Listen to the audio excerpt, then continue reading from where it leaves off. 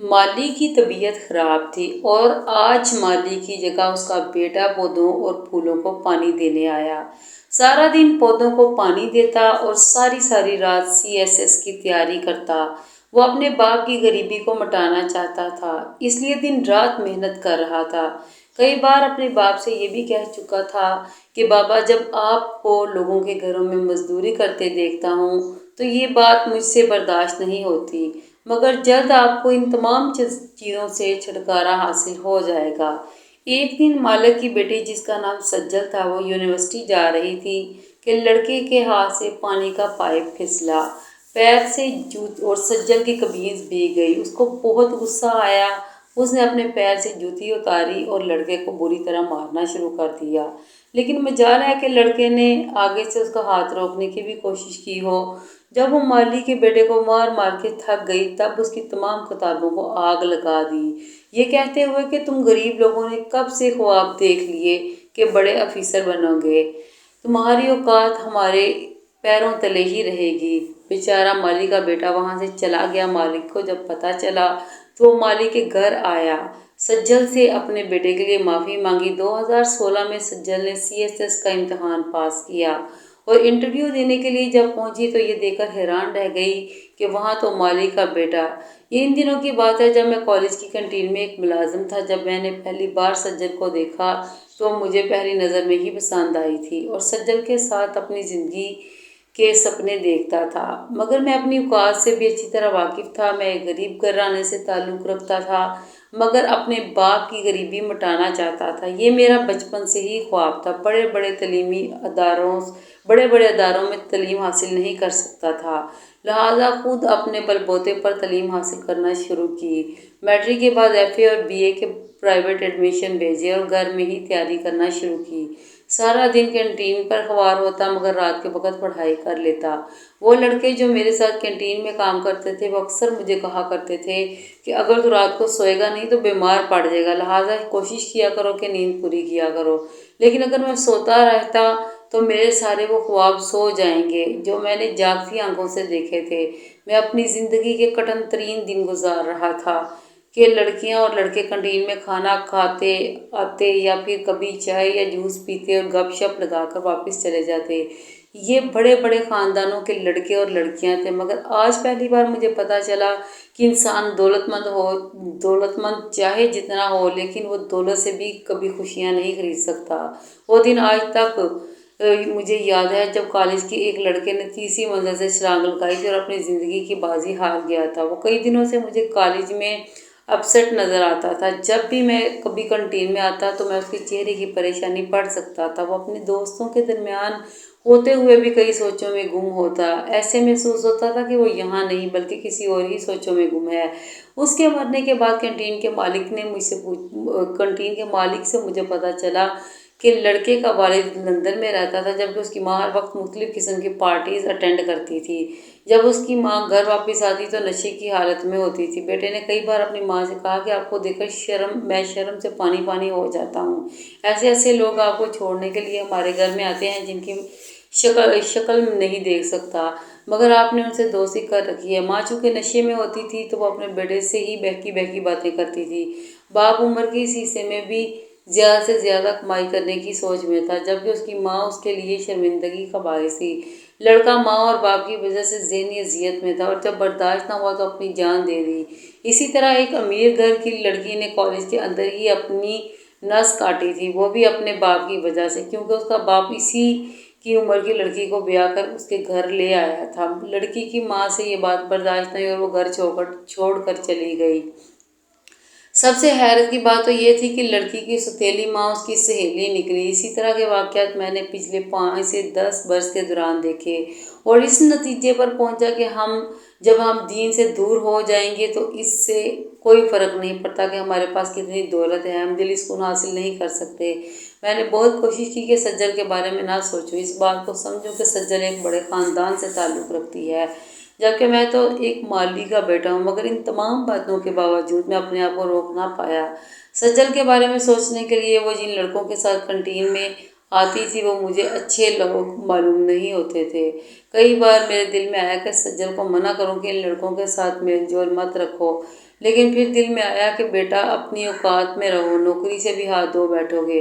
وہ میری کینٹین میں جب بھی آتی تو میں اپنا چہرہ ڈھانپ لیتا تھا، یہ سوچتے ہوئے کہ کل کو اگر میں کوئی بڑا آدمی بن گیا تو سجل مجھے یہ کہتے ہوئے ٹھکرا نہ دے کہ میں ان کے کالج کا ایک معمولی سا ملازم تھا۔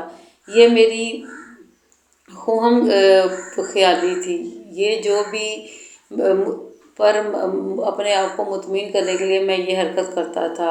جب بھی سجل مجھے نظر آتی یا اس سے سامنے ہوتا تو اپنا چہرہ چھپا لیتا اور چہرے پر ماسک لگا لیتا۔ آج وہ لڑکے کینٹین چائے پینے آئے تھے، مگر ان کے ساتھ سجل نہیں تھی۔ شاید اس کی طبیعت ٹھیک نہیں تھی یا کوئی اور وجہ تھی، لیکن جس دن وہ کالج نہ آتی میرا دل بے چین ہو جاتا اور جب تک اسے نہ دیکھ لیتا مجھے چین نہ آ سکتا تھا۔ لڑکوں کو میں چائے دینے گیا تو وہ سجل کے بارے میں گفتگو کر رہے تھے کہ ایک لڑکا جس کا نعمان تھا، باقی لڑکے اس سے مذاق کر رہے تھے کہ آج تو تمہاری معشوقہ نہیں آئی، اس لیے تم اداس نظر آ رہے ہو۔ جس پر نعمان نے کہا میں تو ٹائم پاس کر رہا ہوں۔ لڑکے اسے کہہ رہے تھے کہ جھوٹ مت بولو، ہم نے دیکھا ہے کہ تم مجھ سے محبت کرتے ہو، جبکہ نعمان اس کی بات کو ٹھکرا رہا تھا اور کہہ رہا تھا کہ میں اس سے محبت نہیں کرتا، میں اس کے قریب جانا چاہتا ہوں تاکہ وہ کسی دوسرے کے بارے میں سوچ نہ پائے، لیکن یاد رکھنا کہ میں اسے بالکل محبت نہیں کرتا۔ یہ سن کر اس کے سارے دوست حیران تھے اور پھر گپ شپ میں مصروف ہو گئے۔ نعمان کی یہ بات مجھے بہت عجیب لگی تھی۔ میں کسی نہ کسی بہانے سے اس کے قریب سے گزرتا اور ان کی باتیں سننے کی کوشش کرتا۔ نعمان ایسا کیوں کہہ رہا تھا یہ تو میں نہیں جانتا تھا، لیکن وہ کسی نہ کسی لحاظ سے سجل کو نقصان پہنچانا چاہتا تھا۔ میرے کچھ دوست تھے اور کافی آوارہ تھے، لیکن بہت کام کے دوست تھے، وہ میری خاطر اپنی جان بھی دے سکتے تھے۔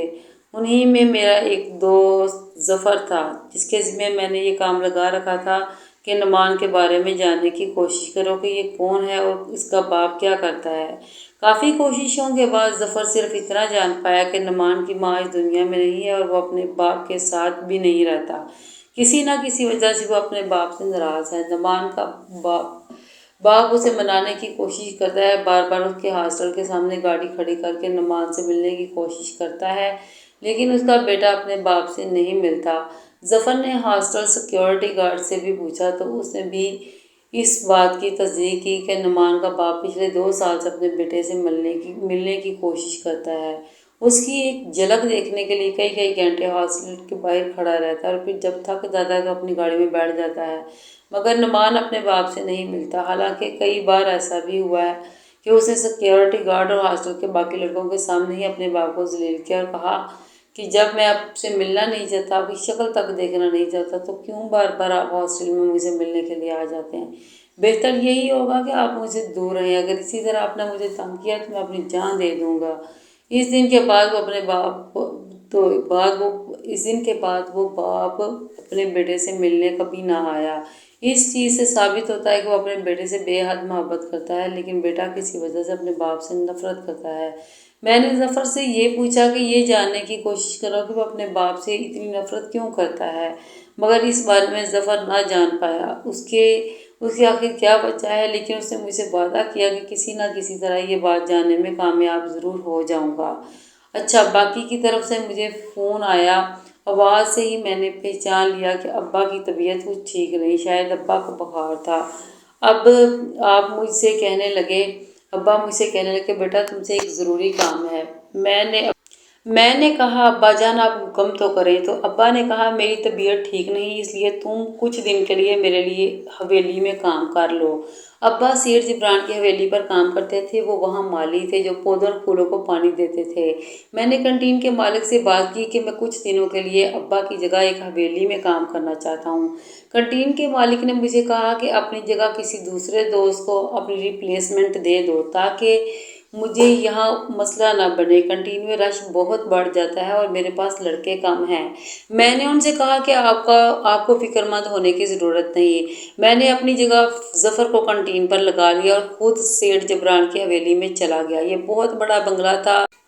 ابا مجھے سیٹھ کے بارے میں بتایا کرتے تھے کہ اس کے پاس اتنی دولت ہے کہ اس کی 7 نسلیں اگر روز دولت کو ضائع کرنا شروع کریں تب بھی اس کی دولت میں کسی قسم کی کمی نہیں آئے گی۔ میں نے اپنی کچھ کتابیں ساتھ لیں کیونکہ میں ساتھ ساتھ مقابلے کے امتحان کی تیاری کر رہا تھا۔ صبح صبح ہی سیٹھ جبران کی گاڑی جب گھر سے نکلی تو دیکھ کر میرے رونگٹے کھڑے ہو گئے، کیونکہ گاڑی کے اندر سجل موجود تھی۔ پہلی بار مجھے پتہ چلا کہ وہ سیٹھ جبران کی بیٹی ہے۔ خیر، مجھے اس بات کی خوشی تھی کہ اب سجل کم از کم دن میں ایک دو بار مجھے نظر تو آئے گی۔ کبھی کبھی میں دل میں سوچتا تھا کہ سجل اور میرا کوئی نہ کوئی کنیکشن ضرور ہے، اس لیے تو قسمت بار بار مجھے سجل کے سامنے لے آ رہی ہے۔ رات کے وقت میں جب اپنے کمرے میں پڑھائی میں مصروف تھا تو سیٹھ صاحب میرے کمرے میں تھے۔ میں اپنی جگہ پر کھڑا ہو گیا جبکہ سیٹھ صاحب نے مجھے بیٹھنے کو کہا۔ اس نے میرے ہاتھ میں کتاب دیکھی تو کہا، ذرا کتاب تو دکھاؤ۔ پھر کہنے لگے، کیا تم مقابلے کے امتحان میں اپیئر ہونا چاہتے ہو؟ میں نے سیٹھ صاحب سے کہا کہ سیٹھ صاحب، جب سے ہوش سنبھالا ہے غریبی کی زندگی دیکھی ہے اور اب بقول ہماری 7 نسلوں میں کوئی سرکاری نوکری حاصل نہ کر پایا، بس میرے دل کی خواہش ہے کہ کچھ محنت کر لوں تاکہ ابا کی دلی خواہش پوری ہو سکے۔ میری یہ بات سن کر سیٹھ مسکرانے لگے اور کہا، بیٹا، اگر اسی طرح تم نے کوشش جاری رکھی تو ایک نہ ایک دن ضرور کامیاب ہو جاؤ گے۔ بس کامیابی کا ایک حصول ہمیشہ یاد رکھنا کہ کبھی بھی کسی بھی موڑ پر ہمت نہ ہارنا اور حالات کو دیکھتے ہوئے اپنی کوشش نہ چھوڑنا۔ زندگی مشکلات کا نام ہے اور اکثر وہ لوگ کامیاب ہوتے ہیں جو ان مشکلات سے گزر کر اپنی منزل پا لیتے ہیں۔ میں تمہارے سامنے بیٹھا ہوں۔ میرا باپ بھی ایک غریب کسان تھا، مگر مجھے پڑھنے لکھنے اور آگے بڑھنے کا شوق تھا۔ اپنے اس شوق کو پورا کرنے کے لیے میں ملک سے باہر چلا گیا اور وہاں ایک کمپنی میں کام کرنے لگا۔ پھر جب مجھے اس کام میں مہارت ہو گئی تو میں واپس اپنے وطن میں آیا اور ٹیکسٹائل کی دنیا میں اپنا نام کمایا۔ سیٹھ جبران کی باتوں سے مجھے بہت تسلی ہوئی۔ میرے دل میں امید کی ایک نئی کرن پیدا ہو چکی تھی۔ سیٹھ صاحب واپس چلے گئے، لیکن میں ان کی باتوں پر غور کرتا رہا اور دل میں سوچتا رہا کہ شاید اس نے اپنی بیٹی کے بارے میں بات کی ہوگی یا نہیں۔ کیسا جھلک کو بتایا ہوگا کہ میں CSS افیسر بننا چاہتا ہوں اور مقابلے کے امتحان کے لیے تیاری کر رہا ہوں، مگر پھر سوچنے لگا کہ وہ اپنی بیٹی کو بتائے یا نہ بتائے، اس سے مجھے کیا فرق پڑتا ہے۔ اگلے دن صبح صبح سجل جلدی میں تھی، شاید اس سے کالج سے دیر ہو رہی تھی۔ وہ ڈرائیور کو آوازیں دے رہی تھی کہ جلدی سے گاڑی نکالو، میں کلاس سے لیٹ ہو رہی ہوں۔ میں سجل کی طرف ٹکٹکی باندھ کر دیکھنے لگا اور شاید اسی وجہ سے غلطی سے پانی کا پائپ میرے ہاتھ سے پھسلا اور اس کی قمیض پر پانی پڑ گیا۔ سجل سے یہ بات برداشت نہ ہوئی اور اس نے میرے ساتھ وہ کیا جو میں خواب میں بھی نہیں دیکھ سکتا تھا۔ میرے تمام خوابوں پر پانی پھر گیا۔ اس نے اپنے پیر سے جوتی نکالی اور مجھے بری طرح سے مارنا شروع کر دیا، جبکہ ان کا ڈرائیور بار بار کہہ رہا تھا، بی بی جی، لڑکے کو معاف کر دو، ان سے غلطی ہوئی ہے، اس کا باپ بیمار ہے اور یہ اپنے باپ کی جگہ یہاں نوکری کرنے آیا ہے، نیا ہے، اس لیے اس سے غلطی ہوگی، اسے معاف کر دیں۔ لیکن وہ ڈرائیور کی کوئی بات نہیں سن رہی تھی، مسلسل مجھے مارے جا رہی تھی، مگر میں بھی چپ چاپ بیٹھا رہا اور اس کو روکنے کی بالکل کوشش نہ کی۔ بعد میں وہ میرے کمرے میں آئی اور میرے بیگ میں جتنی کتابیں پڑی تھیں ان کو آگ لگا دی۔ یہاں میں اسے روکنے کی کوشش کر رہا تھا، جو آگ اس نے میری کتابوں کو لگائی تھی اس کو بچانے کی کوشش کر رہا تھا، مگر افسوس کہ میرا نقصان ہو چکا تھا۔ وہ مسکرا کر میری طرف دیکھ رہی تھی۔ جب ساری کتابیں جل گئی تب اس نے کہا کہ تم جیسے لوگوں کی جگہ ہمارے پیروں کے نیچے ہوتی ہے، لہٰذا کبھی بھی اونچے خواب دیکھنے کی کوشش مت کرو۔ مالک کا بیٹا بڑا افیسر بننے کے خواب دیکھ رہا ہے، اللہ کی شان۔ امید ہے کہ آج تجھے اپنی اوقات کا پتہ چل گیا ہوگا، لہٰذا آج کے بعد ہمیشہ اپنے کام پر فوکس کرو اور اپنی اوقات میں رہو۔ مجھے سجل کی یہ بات سن کر حیرت ہوئی۔ قمیض بھیگ جانے کی وجہ سے اس نے میری پٹائی کی، مجھے یہ بات بھی بھول چکی تھی، لیکن اس کے بعد اس نے جو میری کتابوں کو آگ لگائی یہ بھلا میں کیسے بھول سکتا تھا۔ میں حیران تھا کہ اس نے آخر ایسا کیوں کیا۔ اس سے یہ بات ثابت ہو چکی تھی کہ سیٹھ جبران نے اپنی بیٹی کے سامنے یہ بات ضرور کی ہوگی کہ مالی کا بیٹا مقابلے کے امتحان کی تیاری کر رہا ہے، مگر افسوس کہ سجل ایک تنگ دل لڑکی ثابت ہوئی۔ میں تو اس کی صورت پر عاشق ہو چکا تھا لیکن اس کی سیرت سے تو ناواقف تھا۔ میں بالکل نہیں جانتا تھا کہ سجل کس قسم کی لڑکی ہے۔ مجھے خود سے نفرت ہونے لگی، اپنے اوپر غصہ آ رہا تھا کہ اس قسم کی لڑکی سے میں نے محبت کی اور اپنے دل میں اسے بسایا، جبکہ وہ تو بہت گری ہوئی لڑکی ہے، غریب اور نادار لوگوں کے بارے میں اس طرح کے خیالات رکھتی ہے، انہیں اپنے پاؤں کی جوتی سے بھی نیچے سمجھتی ہے۔ خیر، میں نے ابا کو فون کیا کہ ابا، میں گاؤں آ رہا ہوں اور اب آپ اب یہ نوکری نہیں کریں گے۔ میری یہ بات سن کر ابا حیران ہوئے اور مجھے پوچھنے لگے کہ کیا ہوا، ایسا کیا کیوں کہہ رہے ہیں؟ میں رونے لگا تو ابا نے کہا میں شہر آ رہا ہوں، میرے آنے سے پہلے کہیں مت جانا۔ سجل کی وجہ سے میرا دل ٹوٹ چکا تھا اور میں بہت زیادہ غمگین تھا۔ امتحانات قریب تھے لیکن کئی دنوں تک میں پڑھ نہ سکا، لیکن پڑھنا ضروری تھا، نئے سرے سے زندگی کا آغاز کرنا تھا۔ یہ تو میرا ایسا خواب تھا جو میں نے اپنے خاندان، اپنے باپ کی وجہ سے دیکھا تھا، تو میں کیسے اپنے خواب سے پیچھے ہٹنے والا تھا؟ اس خواب کو ہر حال میں پورا ہوتا ہوا دیکھنا چاہتا تھا۔ ابا شہر آئے، مجھ سے ملے تو میرے ابا کے سامنے رونے لگا۔ پھر ابا کو میں نے سارا واقعہ بیان کیا اور اس بات کی ضد کی کہ ابا اب آپ ادھر نوکری نہیں کریں گے۔ ابا مجھ سے کہنے لگے بیٹا میں سجل کو بچپن سے ہی جانتا ہوں، یہ بچپن سے ہی ایسی تھی، اسے شاید کوئی بیماری ہے، یہ غصے میں پاگل ہو جاتی ہے لیکن دوسرے دن ہی اسے اپنی غلطی کا احساس ہوتا ہے۔ یہ اپنے باپ سے بھی اسی طرح بدتمیزی کرتی تھی، گھر کے ملازموں سے بھی لڑائی جھگڑا کرتی، لیکن دوسرے دن خود ان سے معافی مانگنے کے لیے آئی۔ بیٹا وہ دل کی بری نہیں، بس غصے کی تیز ہے۔ مگر ابا سے میں نے کہا کہ جس طرح اس نے مجھے ذلیل کیا، مجھے اسے سخت نفرت ہو چکی ہے۔ میں وہاں سے چلا گیا، واپس کینٹین میں آیا اور ظفر کا شکریہ ادا کیا، مگر ظفر مجھ سے کہنے لگا میں نے نعمان کے بارے میں سب معلوم کر لیا ہے، یہ بھی معلوم کر لیا ہے کہ وہ کیوں سجل کو اپنے جال میں پھنسانا چاہتا ہے، وہ اپنے باپ سے اتنی نفرت کیوں کرتا ہے۔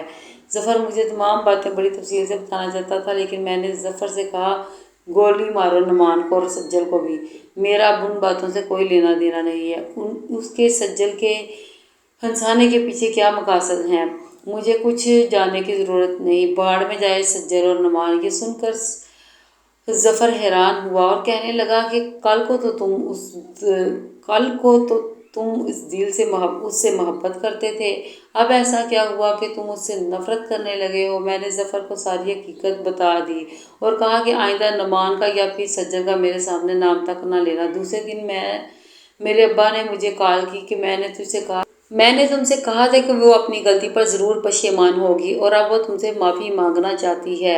میں نے اسے بتایا کہ وہ تم کینٹین میں ملازمت کرتے اور وہ آج تم سے ملے گی اور معافی مانگے گی۔ میں ابا پر ناراض ہوا کہ آپ نے اسے یہ کیوں بتایا کہ میں اسی کے کالج کی کینٹین میں کام کرتا ہوں، تو پچھلے 2-3 برس سے اپنے آپ کو چھپانے کی کوشش کر رہا تھا۔ میں جلدی میں تھا، میں نہیں چاہتا تھا کینٹین میں آ کر اس لڑکی سے میرا سامنا ہو، لہٰذا اپنا مختصر سا سامان پیک کیا اور ہمیشہ کے لیے کالج کی کینٹین سے وہ نوکری چھوڑ دی۔ میں واپس گاؤں آ چکا تھا، امتحان میں تقریباً 1 سے 1.5 مہینہ باقی تھا اور میں اپنا فوکس پڑھائی پر ہی کرنا چاہتا تھا۔ امتحان ہوئے تو میری محنت رنگ لائی اور میں پہلی ہی اٹیمپٹ میں ہی تحریری امتحان پاس کرنے میں کامیاب ہوا۔ اس کے بعد مجھے انٹرویو کے لیے بلایا گیا۔ وہاں اور بھی کافی طالب علم آئے ہوئے تھے جنہوں نے تحریری امتحان پاس کیا تھا اور ان میں سجل بھی شامل تھی۔ وہ میرے سامنے بیٹھی تھی، آنکھوں سے ہی وہ کچھ کہنے کی کوشش کر رہی تھی۔ میں آنکھیں پڑھ سکتا تھا، مجھے معلوم تھا کہ وہ اپنے کیے پر پشیمان ہے اور مجھ سے معافی مانگنا چاہتی ہے، لیکن وہ جگہ معافی کے لیے موزوں نہیں تھی۔ پھر ایک ایک کر کے ہمارے انٹرویو ہوئے، میرا انٹرویو کافی بہتر ہوا اور میں وہاں سے واپس چلا آیا۔ میں اس لڑکی کا سامنا نہیں کرنا چاہتا تھا۔ وہ دن میری زندگی کا سب سے خوشگوار دن تھا جب میں CSS مقابلے میں پہلی 10 پوزیشن ہولڈرز میں شامل ہوا۔ میں نے 8ویں پوزیشن حاصل کی تھی اور مجھے اس بات کا بھی پتہ چلا کہ سجل انٹرویو کلیئر نہ کر پائی کیونکہ لسٹ میں اس کا نام نہیں تھا۔ میں اس دن بہت خوش تھا اور اس سے زیادہ خوشی مجھے اس بات کی تھی کہ جب ابا کو میری کامیابی کے بارے میں پتہ چلے گا تو وہ بہت خوش ہوں گے اور یقینی طور پر سجل کو بھی اس بات کا علم ہوگا کہ اب میں آفیسر بننے والا ہوں۔ میں ASP بھرتی ہوا تو وردی میں دیکھ کر میرے باپ کی آنکھوں میں آنسو تھے۔ ASP بننے کے بعد پہلا کیس جو میرے سامنے آیا اس نے میرے رونگٹے کھڑے کر دیے۔ ایک ایسی لڑکی کا کیس تھا جس کو اس کے شوہر نے قتل کر دیا تھا۔ موقع پر پہنچا تو پتہ چلا کہ جس لڑکی کو قتل کیا گیا ہے وہ سجل ہے اور اس کو قتل کرنے والا کوئی اور نہیں بلکہ نعمان تھا۔ اس ظالم نے بڑی بے دردی سے سجل کو قتل کیا تھا۔ میں نے سب سے پہلے ظفر سے ملاقات کی تو اس نے مجھے بتایا کہ اس دن میں تمہیں ساری تفصیل بتانے والا تھا، اگر تم میری بات سن لیتے تو شاید یہ واقعہ نہ ہوتا۔ سیٹھ جبران نعمان کی ماں سے خفیہ طور پر ملتے تھے۔ یہ ان دنوں کی بات ہے جب نعمان میٹرک میں پڑھتا تھا۔ نعمان کے باپ نے جب سیٹھ جبران اور اپنی بیوی کو ملاقات کرتے دیکھ لیا تب اس نے اپنی بیوی کا گلا گھونٹ دیا تھا اور اسے جان سے مار ڈالا تھا۔ نعمان اپنے باپ سے نفرت کرنے لگا اور جب بڑا ہوا اسے پتہ چلا کہ اس کی ماں کی موت کی وجہ کوئی اور نہیں بلکہ سیٹھ جبران ہی تھا۔ وہ اپنی ماں کا بدلہ لینا چاہتا تھا اور سجل کو اپنے جال میں پھنسانا چاہتا تھا تاکہ سجل کو تکلیف دے کر جبران کو ذہنی اذیت میں مبتلا کر سکے اور اپنی ماں کا بدلہ لے سکے۔ مجھے یہ جان کر بہت افسوس ہوا تھا، مجھے اس بات کا افسوس تھا اور مجھے ایسے محسوس ہوتا تھا کہ میں ہی سجل کا قاتل ہوں، کیونکہ وہ تو مجھ سے معافی مانگنا چاہتی تھی لیکن میں اس کا سامنا ہی نہیں کرنا چاہتا تھا۔ میرا خواب شاید اب بھی ادھورا رہا۔ میں جو مقام حاصل کرنا چاہتا تھا وہ تو میں نے حاصل کر لیا، لیکن سجل کو میں نے ہمیشہ کے لیے کھو دیا۔